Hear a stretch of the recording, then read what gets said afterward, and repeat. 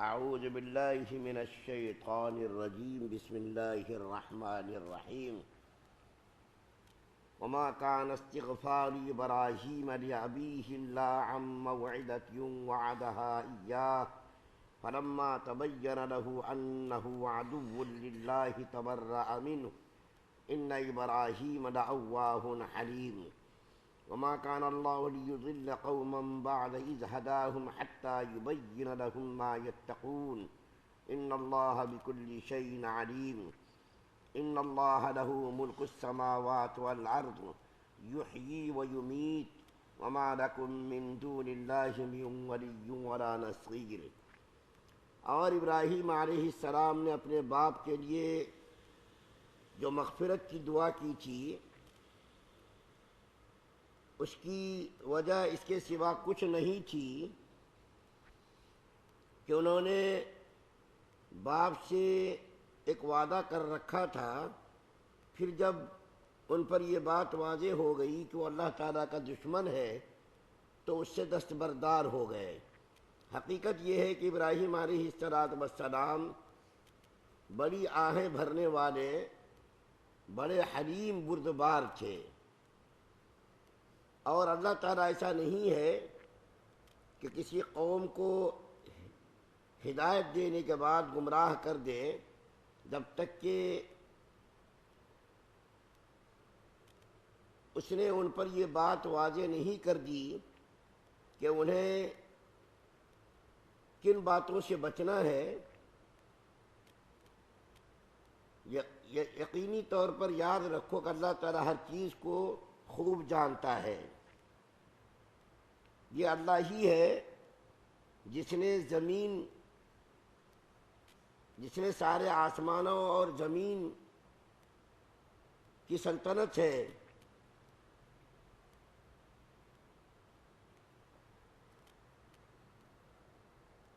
بزرگی اسی کی ہے، اور موت بھی اللہ تعالیٰ کے سوا، اور اس وقت بھی، اور اللہ تعالیٰ کے سوا تمہارا کوئی حامی اور مددگار نہیں ہے۔ سورہ توبہ کی 114، 15، 16 تین آیات آپ کے سامنے پڑھی گئی ہے۔ کل آپ کے سامنے عرض کیا گیا تھا کہ اللہ تعالیٰ نے نبی کریم صلی اللہ علیہ وسلم کو اپنے سگے چچا ابو طالب کے لیے دعائے مغفرت کی ممانعت کر دی تھی۔ نبی کریم صلی اللہ علیہ وسلم کے اوپر چونکہ ابو طالب کے بڑے احسانات تھے، اس لیے نبی کریم صلی اللہ علیہ وسلم نے فرمایا جب تک اللہ تعالیٰ کی طرف سے ممانعت نہیں ہو جائے گی اس وقت تک میں دعا کرتا رہوں گا۔ لیکن جب اللہ تعالیٰ نے سختی کے ساتھ منع کر دیا کہ کسی نبی کے لیے یہ بات مناسب نہیں ہے اور کسی مومن کے لیے بھی یہ بات مناسب نہیں ہے کہ وہ کسی مشرک کے لیے دعائے مغفرت کرے، چاہے وہ کتنا ہی عزیز ترین قریب ترین رشتہ دار کیوں نہ ہو۔ اسی سلسلے میں دوسرا واقعہ حضرت ابراہیم علیہ السلام کا بیان کیا گیا ہے کہ حضرت ابراہیم علیہ السلام کا ذکر یہاں کیا گیا، اس لیے ذکر کیا گیا کہ بعض مسلمانوں کے دلوں میں یہ شبہ پیدا ہوا تھا کہ ہم کو تو اللہ تعالیٰ نے منع کر دیا کہ کسی مشرک کے لیے دعائے مغفرت کرنا ٹھیک نہیں، لیکن ابراہیم علیہ السلام نے تو دعا مانگی تھی اپنے باپ کے لیے۔ آدر جو ابراہیم علیہ السلام کا باپ تھا اپنے باپ کے لیے دعا مانگی تھی، استغفار اور مغفرت کی دعا مانگی تھی، تو اللہ تعالیٰ نے اس کا ذکر کیا، اس کی وجہ بتائی۔ اس کی وجہ یہ بتائی کہ ابراہیم علیہ السلام نے اپنے باپ سے دعائے مغفرت کا وعدہ کیا تھا، اور اس کا تذکرہ سورہ مریم کے اندر، سورہ ممتحنہ کے اندر، سورہ شورى کے اندر کیا گیا ہے۔ سورہ مریم کے اندر اللہ تعالیٰ فرماتے ہیں کہ اے محمد صلی اللہ علیہ وسلم آپ ابراہیم علیہ السلام کا تذکرہ کیجئے قرآن کے اندر کہ وہ سچے نبی تھے۔ جب انہوں نے اپنے باپ سے کہا کہ اے میرے باپ آپ کیوں ایسی چیز کی پوجا کرتے جس کے اندر نہ تو سننے کی صلاحیت ہے اور نہ دیکھنے کی صلاحیت ہے، اے میرے باپ میرے پاس اللہ کی طرف سے علم آیا ہے جو آپ کے پاس علم نہیں آیا۔ آپ میری پیروی کرو تم راہ راست پا جاؤ گے، اور اے میرے ابا آپ جو ہے شیطان کی پرستش مت کرو، کیونکہ شیطان خدا کا راندے درگاہ نافرمان ہے۔ آپ اگر ایسا کریں گے تو پھر جو ہے آپ بھی شیطان کے ساتھی اور شیطان کے رفیق بن جائیں گے۔ تو ابراہیم علیہ السلام نے جب اپنے باپ کو یہ دعوت دی اور تبلیغ کی تو باپ کہنے لگا کہ اے میرے بیٹے ابراہیم، اگر تم میرے بتوں کی پرستی سے باز نہیں آئے تو میں تم کو پتھر مار مار کر سنسار کر دوں گا، میں تم کو مار مار کر کے سنسار کر دوں گا۔ تو ابراہیم علیہ السلام نے فرمایا کہ بھائی بس بس، قال سلام علیک، آپ پر سلامتی ہو، اور میں آپ کے لیے مغفرت کی دعا اللہ سے کروں گا، اور اللہ سے مغفرت کی دعا کر کے میں محروم نہیں رہوں گا۔ تو ابراہیم علیہ السلام نے یہ اپنے باپ سے وعدہ کیا، اور اسی سلسلے میں اسی وعدے کے مطابق ابراہیم علیہ السلام دعائے مغفرت کرتے رہے اپنے باپ کے لیے۔ کب تک کرتے رہے؟ جب تک کہ اللہ تعالیٰ کی طرف سے ممانعت نہیں ہو گئی، اور جب تک کہ ابراہیم علیہ السلام کو اس کی حقیقت واضح نہیں ہو گئی کہ میرا باپ خدا کا دشمن ہے۔ جب تک ابراہیم علیہ السلام کو یقین تھا کہ میرا باپ توبہ کرے گا، ایمان قبول کر لے گا، شرک سے کفر سے تائب ہو جائے گا، اس وقت تک ابراہیم علیہ السلام اپنے باپ کے لیے مغفرت کی دعا کرتے رہے۔ لیکن جب یہ بات واضح ہو گئی اور یہ حقیقت کھل کر سامنے آ گئی، اور ابراہیم علیہ السلام نے دیکھ لیا کہ میرا باپ اب جو ہے ایمان قبول نہیں کرے گا، محروم ہو گئے، آزر جو ہے ایمان سے محروم ہو گیا، تو ابراہیم علیہ السلام نے پھر دعائے مغفرت کرنا بھی بند کر دیا جب حقیقت واضح ہو گئی۔ تو ابراہیم علیہ السلام اسی وعدے کے مطابق دعائے مغفرت کرتے رہے، لیکن جب اس کی دشمنی معلوم ہو گئی، اس کا کفر پر مرنا یقینی ہو گیا، اسلام کے خلاف زندگی جب وہ گزارنے لگا اور یہ یقینی ہو گیا کہ اب وہ ایمان قبول نہیں کرے گا، تو ابراہیم علیہ السلام نے دعا مانگنا بھی چھوڑ دیا۔ اللہ تعالیٰ یہاں قرآن کے اندر جو بیان کر رہے ہیں کہ ابراہیم علیہ السلام بڑے گریہ وزاری کرنے والے تھے، رقیق القلب تھے، بڑے جو ہے دل کے نرم تھے۔ تو علامہ قرطبی رحمۃ اللہ علیہ اس واقعے سے نتیجہ یہ نکالتے ہیں کہ اگر کوئی آدمی کافر کے لیے اس نیت سے دعا کرے کہ وہ ایمان قبول کر لے گا، اس نیت سے دعا کرے کہ وہ کافر ایمان قبول کر لے گا، جہنم سے بچ جائے گا، تو یہ جائز ہے ایمان قبول کرنے کی نیت سے۔ اور ایک بات اور مجھ کو یاد آ گئی کہ جب قیامت کا دن ہوگا، یہ مجھ کو اس وقت کتاب کا حوالہ یاد نہیں، لیکن میں نے یہ واقعہ پڑھا ہے، اور ایک بزرگ سے بھی میں نے یہ واقعہ سنا کہ قیامت کا دن ہوگا، اور آپ کو معلوم ہے قیامت کا کتنا ہولناک اور خطرناک دن ہوگا۔ دنیا کا 50,000 سال اور وہاں کا ایک دن ہوگا، اور ایک جگہ قرآن کے اندر اللہ فرماتے ہیں یہاں کا 1,000 سال وہاں کا ایک دن ہوگا، دونوں باتیں ہیں۔ 50,000 سنہ سورہ معارج کے اندر ہے، اور ایک جگہ سورہ الف لام میم سجدہ کے اندر ہے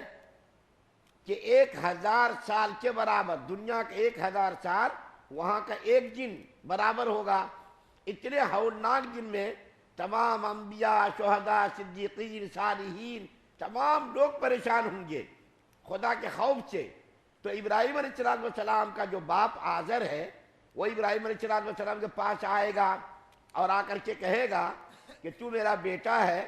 تو اللہ کا خلیل ہے، میرے لیے دعا کر دے کہ اللہ تعالیٰ آج کے ہولناک دن سے مجھ کو محفوظ کر دے اور میں جہنم سے بچ جاؤں۔ تو ابراہیم علیہ السلام اللہ کا محبت پدری غالب آ جائے گی، شفقت پدری دنیا کے اندر باپ چونکہ تھا تو ان کی شفقت ابراہیم علیہ السلام کے دل کے اندر پیدا ہو جائے گی، محبت پیدا ہو جائے گی۔ تو ابراہیم علیہ السلام دعا کریں گے اللہ تعالیٰ سے، تو اللہ تعالیٰ آزر کو بچھو کی شکل میں جانور بنا دیں گے، بچھو کی شکل میں، اور وہ بچھو جو ہے ابراہیم علیہ السلام کے قدموں میں آئے گا۔ اس کے بعد پھر ابراہیم علیہ السلام کے باپ کو اللہ تعالیٰ جہنم کے اندر ڈال دیں گے۔ تو بارے کہے ابراہیم علیہ السلام کو جب تک معلوم نہیں تھا اس وقت تک تو دعائے مغفرت کرتے رہے، لیکن جب معلوم ہو گیا تو ابراہیم علیہ السلام نے مغفرت کی دعا کرنی بھی بند کر دی۔ اس کے بعد اللہ تعالیٰ فرماتے ہیں کہ اللہ تعالیٰ کسی قوم کو ہلاک اور برباد نہیں کرتا، گمراہ نہیں کرتا جب تک کہ اس کے سامنے حقیقت کھول کر بیان نہ کر دے۔ اللہ تعالیٰ کسی کو ہدایت کے بعد گمراہ نہیں کرتا اس وقت تک جب تک کہ اس کے سامنے حقیقت کو واضح نہ کر دے۔ حقیقت واضح کرنے کے بعد آدمی جب قبول نہیں کرتا ہے تو پھر اللہ تعالیٰ اس کو گمراہ کر دیتا ہے۔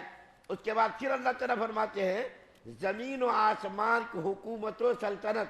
صرف اللہ کے لیے ہے۔ زمین کی حکومت، آسمان کی حکومت، دنیا کی ساری چیزوں کی حکومت صرف اللہ تعالیٰ کو ہے، اور اللہ تعالیٰ کے علاوہ کوئی جو ہے مددگار نہیں، کوئی حامی نہیں، کوئی مددگار نہیں۔ تو برکہ 3 آیات کا خلاصہ آپ کے سامنے بیان کیا گیا کہ ابراہیم علیہ السلام بڑے گریا وزاری کرنے والے تھے، بڑے حلیم تھے، بڑے بردبار تھے، بڑے رقیق القلب تھے۔ یہ ابراہیم علیہ السلام کی صفت اللہ نے بیان کی ہے۔ تو ابراہیم علیہ السلام کا واقعہ اس لیے بیان کیا گیا تاکہ مسلمانوں کے دلوں کے اندر جو شبہ پیدا ہوا تھا ابراہیم علیہ السلام کے باپ کی مغفرت کی دعا کے سلسلے میں، مسلمانوں کو جو شبہ ہوا تھا اس شبے کو ظاہر کرنے کے لیے اللہ تعالیٰ نے یہ واقعہ بیان کیا کہ ابراہیم علیہ السلام دعا کرتے تھے کس وقت تک، جب تک کہ ابراہیم علیہ السلام کو معلوم نہیں ہوا تھا کہ میرا باپ کفر کے حالت میں مرے گا۔ اگر کسی کافر کی موت یقینی طور پر کفر کے حالت میں ہونا معلوم ہو کہ فلاں کافر کی موت کفر کی حالت میں ہوئی ہے تو اس کے لیے دعائے مغفرت کرنا جائز نہیں ہے، اس کے لیے دعائے مغفرت کرنا جائز نہیں ہے۔ لیکن اگر کسی کے بارے میں یقینی طور پر کچھ بھی معلوم نہیں ہے تو اس کی ہدایت کی نیت سے دعا کرنا، جہنم سے بچ جائے اس نیت سے دعا کرنا یہ جائز ہے۔ نبی کریم صلی اللہ علیہ وسلم کے بارے میں مجھ کو ایک دعا یاد آ گئی کہ جب غزوہ احد کے موقع پر اللہ کے رسول صلی اللہ علیہ وسلم کے دندان مبارک شہید کر دیے گئے تھے، آپ نہایت ہی شدید زخمی ہو گئے تھے، آپ کے پیشانی میں خود کی کلیاں چبھ گئی تھی، آپ کا جسم اطہر زخمی ہو گیا تھا۔ اس وقت نبی کریم صلی اللہ علیہ وسلم نے کفار کے لیے، مشرکین کے لیے بد دعا نہیں فرمائی تھی، بلکہ فرمایا تھا اللہم اغفر قومی فإنہم لا یعلمون۔ اس وقت نبی کریم صلی اللہ علیہ وسلم نے یہ دعا مانگی تھی، اے میرے اللہ میری قوم کی مغفرت کر دے اس لیے وہ مجھ کو جانتی نہیں ہے۔ یہ دعا بھی اسی سلسلے پر محمول ہے، یعنی نبی کریم صلی اللہ علیہ وسلم کو اس کے بارے میں امید تھی کہ میری قوم کے یہ لوگ اسلام قبول کریں گے، تو اسلام کی قبولیت کی نیت سے نبی کریم صلی اللہ علیہ وسلم نے اللہم اغفر قومی فإنہم لا یعلمون یہ دعا مانگی تھی کہ میری قوم کے لوگ مسلمان ہو جائیں گے، جہنم سے بچ جائیں گے۔ تو آج بھی ہم اور آپ اس نیت سے اگر کسی کے لیے دعا کریں، مغفرت کی دعا کریں کہ وہ جو ہے راہ راست پر آ جائے، ایمان قبول کر لے، کفر کو شرک کو چھوڑ دے، جہنم سے بچ جائے، تو آج بھی یہ دعا مانگنا جائز ہے۔ اللہ سے دعا ہے اللہ ہم سب کو سننے زیادہ عمل کی توفیق عطا فرمائے۔ سبحان اللہ و بحمدہ، سبحانک اللہم و بحمدک۔